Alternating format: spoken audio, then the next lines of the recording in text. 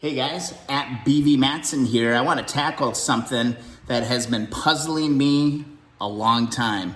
Where the hell do you put your flasher relay? All right. I have been puzzling about this since I worked on my 1970 CB.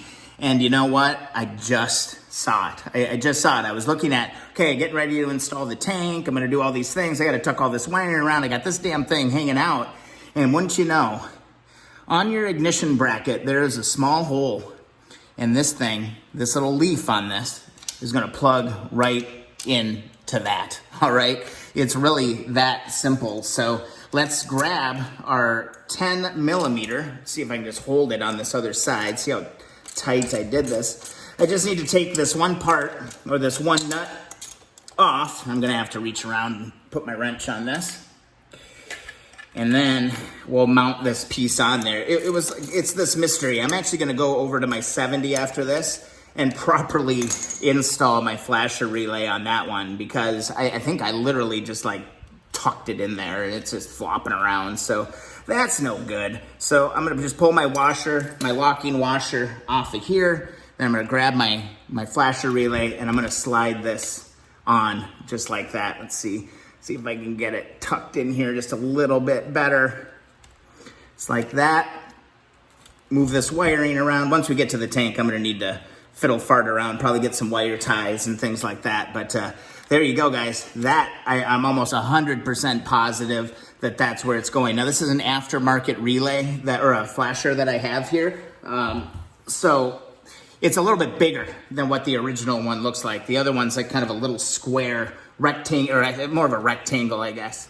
Here you can see the original, and it's clearly much, much smaller.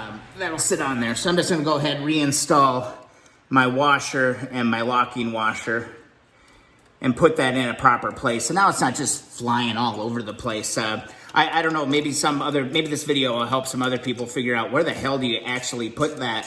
But I seriously just looked at it and was like, you know what?